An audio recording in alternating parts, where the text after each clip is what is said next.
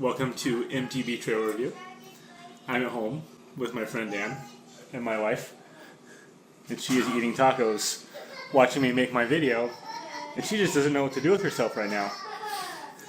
We've got the kids playing, and there's just all kinds of chaos happening right now. So hopefully you can hear everything we're about to talk about, but I'm not making any promises. And if you hear any snickering in the background, it's that woman right there, eating tacos over the sink with the cat.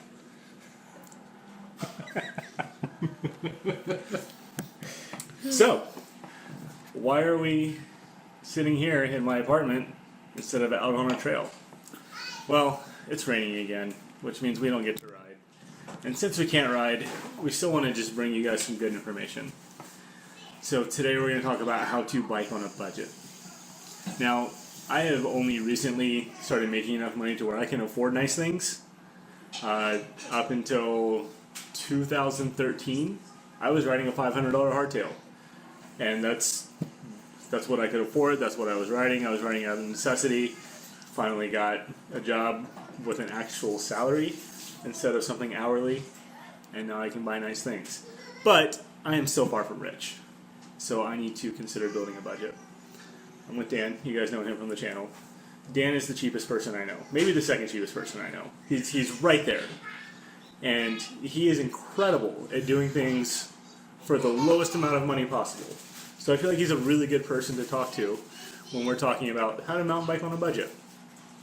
We kind of have, I don't want to say different philosophies, but we go about things a lot differently when we're picking out bikes, picking out parts. So we'll talk about what each of us do and why we do what we do.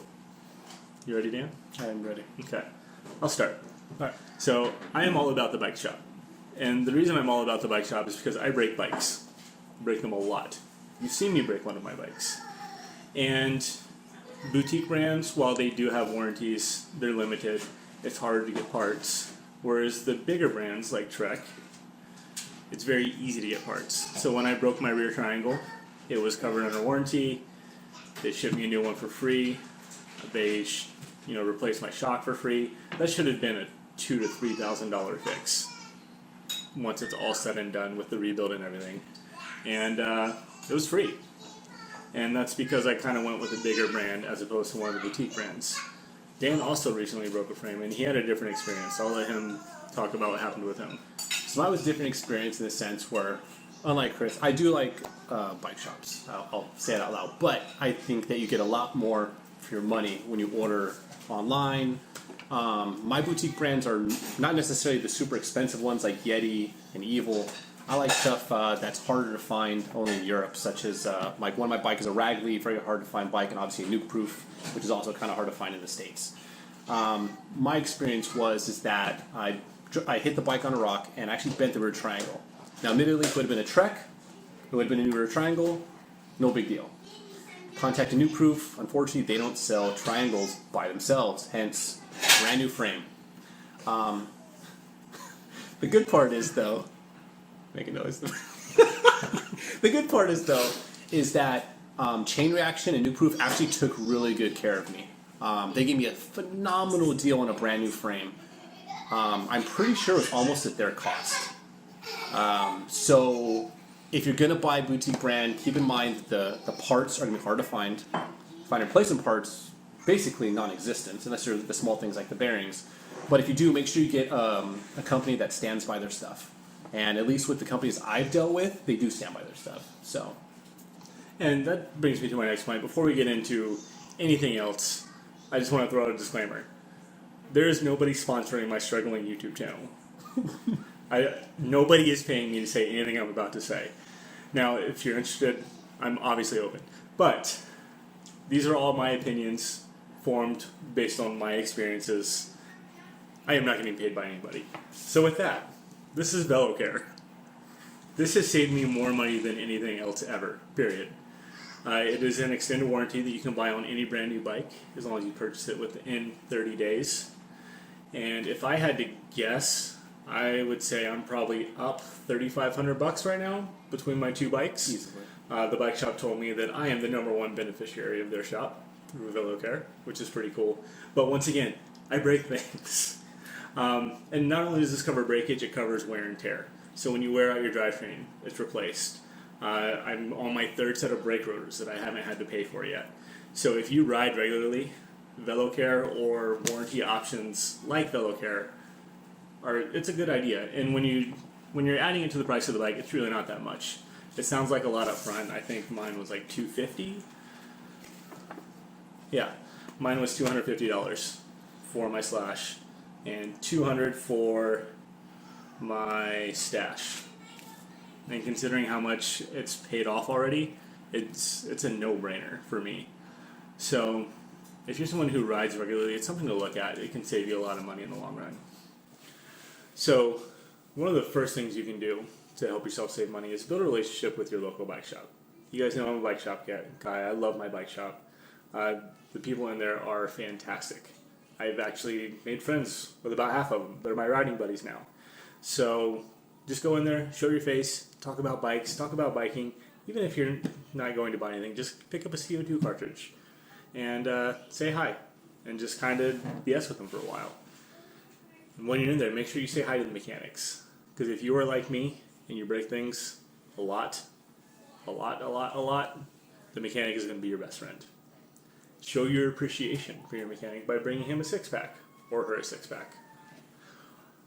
Or if you're not of the drinking age, bring them a burrito, a sandwich, something delicious to say, hey, I appreciate you.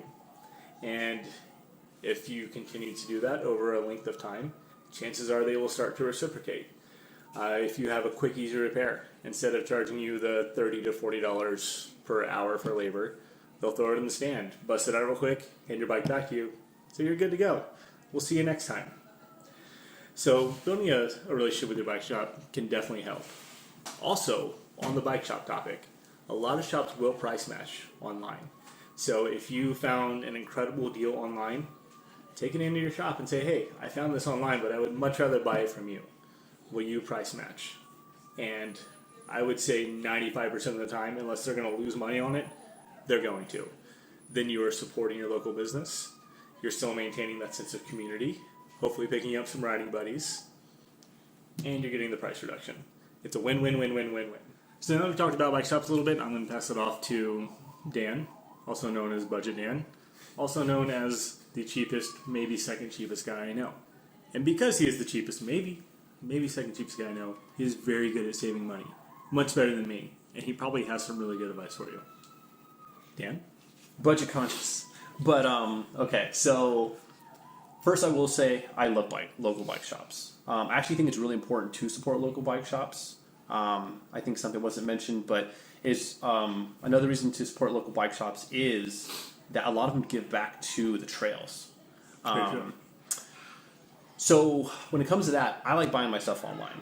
And the reason why is, most of you have known if you've ever bought YT or anything online, quite honestly, what you get for the money is crazy how much cheaper it is. How much I paid for my Nuke Proof, you can't even touch half of a Remedy for. So, but with that in mind, even though I like buying online because the price for value, I still have a mechanic that I take my bike to for the harder stuff that I don't really feel like touching because I don't feel like breaking anything. I'm not that mechanically inclined. So I do still think it's important to have a mechanic and still have that relationship with them. And then also one negative of me not going to a local bike shop is that I usually ride by myself if I'm not with Chris and Rob. But I'm really antisocial, so it doesn't bother me too much. But it is a lot funner riding with a lot of buddies. It's amazing how much more stuff you can find. But when it comes to buying things online, it is insane how much you can save. So to me, the secret of buying online is, one, find the shops that you like. My personal preference, I like Jensen USA, I like Chain Reaction, I like Worldwide Cyclery, and I like Amazon. I'm actually on the distribution list for Jensen, Worldwide, and Chain Reaction. And the reason why is there's a lot of deals that they'll throw out to you that you might never find about. I mean, how often are you going to go to the website? You're not going to go there every day to look for deals. And that's how I find the deals that I do. Another thing that I think is important too is if you need something, do you need it at that moment in time? there's a lot of places we have to spend $50, $100 to get that free shipping. Why not wait till you need a bunch of stuff and you can probably get some free shipping out of it? You might get some more stuff. Also, when you check out, Google promo code for that website. I can't tell you how many times I've checked out and I look up, hey, promo code, and I type it in. There's 20% off that I never knew about. I just saved an extra 20% off. Another thing to do is my credit card. My credit card gives me about 2 to 5% back on every single purchase that I do. Get some of that money back. Use a site like Ebates. Whenever you buy from Jensen, I think they give you 8% back. These are ways to get, they give you money back for spending it. These are little ways to get all this money back. Another thing that I do is I have an Amazon card. So I use that for everything. I use this as a debit card essentially. So I pay all my bills with my Amazon card. At the end of the month, they give me money back. I have $40 in credit. Guess what that $40 goes to? Mountain bike stuff. That's extra $500 a year for parts, jerseys, anything. Those are some ways to save money.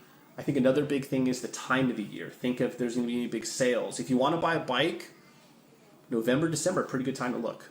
That's when all the 18s are gone or the current year's leaving and the new ones are coming in. Most bike companies have their geometry dialed at this point. There's not a lot of stuff that's changing except components. Do you care if you have SLXs and they're offering the NX Eagle? If you don't care about the Eagle, buy the SLX. You can get 20% off or whatever it was. I know my bike, I got $500 off. And it's not that expensive of a bike in the grand relation of it. So just those are my little tips on how to get some money back. That buying at the right time of year matters too. For my Slash, that was a model that they were kind of discontinuing. It was the last year they're making the 27.5s and they switched to 29.